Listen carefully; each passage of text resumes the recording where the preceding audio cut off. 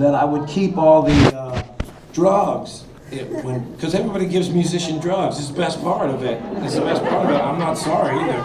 And I kept them in a tackle box because you can't take them all at the same time, man. And you don't want to be rude. And I'm not even like them all, you know, but what if somebody else I run into later has something they like in that box, you know? So, hence the tackle box. And Jerry Jeff loved that thing. Every time he saw me, he could wear that tackle box. And so he comes up, and that's what he says, and I point to it, and someone had just given me a bunch of what they call cocaine. It was very popular in the 70s, maybe not as popular with my crowd, and I know they used to call him Mr Bojangles, but I never say that to him. And he said, boy, I used to roar on this shit in the 70s, man. And I'm like, it's not that I don't like it, and when I heard about him, and I started thinking like 70s roaring, I was like, I couldn't help myself. I tried to talk him into it, and I did. And then we went back to his house, and we did it. And then this is what everyone tells me was that, you know, like if you catch a fish and it gets on the boat and flops around, that's what I did on their coffee table, I guess. And then they put me in the shower, and then they put me on the sofa, and everybody was awake, so they went out. His old lady stayed there and kept an eye on me.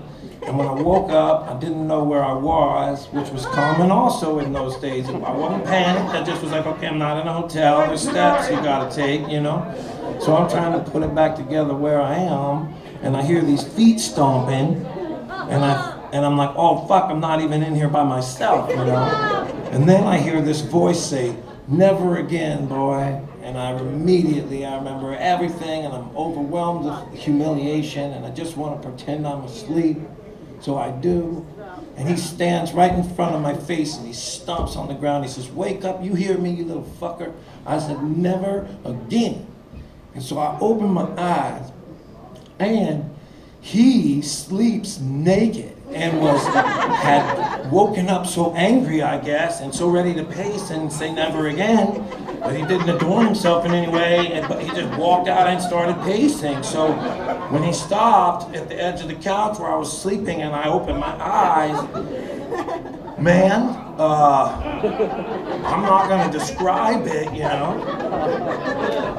but I think, you know, sometimes if people offer me that particular drug, or I'll picture his balls, and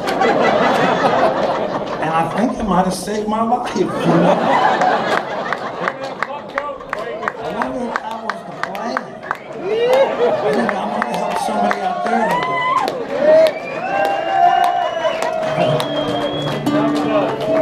Anyway, man, to make a short story long, this guy, me and him go, he wrote Blowjangles, so he has a plane and all this shit, and now his big hobby is he likes to go to towns that he likes, but he doesn't want to play, you know. He likes to play, man. He wakes up in the morning and plays guitar, but he just wants to bang around and not have people know he's there, you know. So him and I, he asked me if I wanted to go to Santa Fe a couple years ago.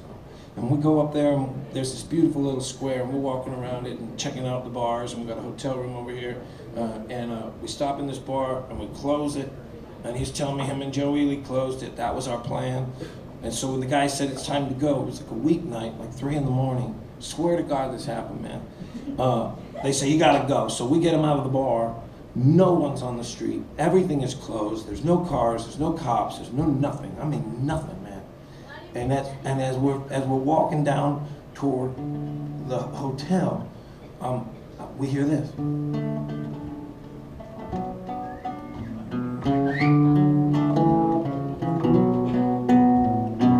I said, man, you hear that? And he's like, yeah, I do. I'm like, what the fuck? And he's like, let's go see what it is. So we start walking towards it, and as we come around the corner, in front of this old blues bar that's closed, no chance of anybody coming by, with his hat on the ground, singing into the moon for all the right reasons that you could ever possibly sing a song. This guy is singing this song in the middle of the night, and around the corner is coming the guy who wrote it 40 years ago, and me. And I felt like that was God's way of trying to tell me I was this guy's biggest fan, because I got to see this moment.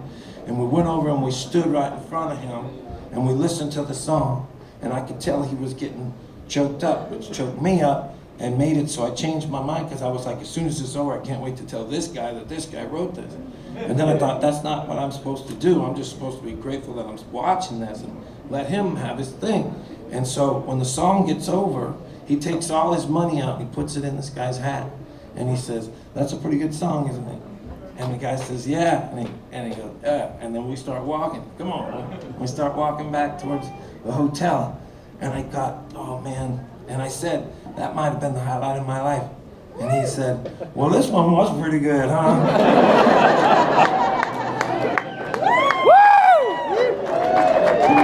I know that 1,000 million people have done this song, but it's my favorite one, and if you'll indulge me, I'll do it for you.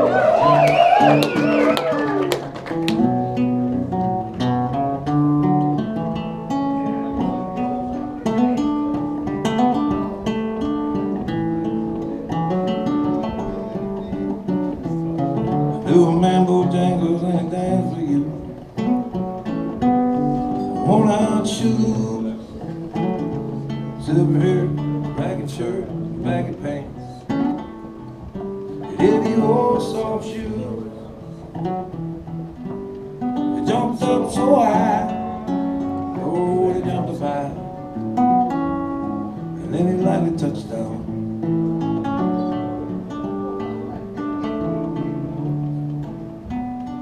Mr. Bojangles, Mr. Bojangles, yeah, I'm Mr. Bojangles, come on, dang. I met him in 87 New Orleans one night. It's down low. It looked to me to be about the eyes of age. As he spoke right out, he talked of his life. Oh, he talked of life. Life stopped his leg and then he stepped. He said his name, Bojangles, and then he danced his leg. Crossed the cell, grabbed his pants, prepared to stance, and jumped up high. Then he clicked his heel. He let go and laughed. Slowly let go and laughed. Threw back his clothes all around home. Mr. Bojangles, Mr. Bojangles, Mr. Bojangles, come on down.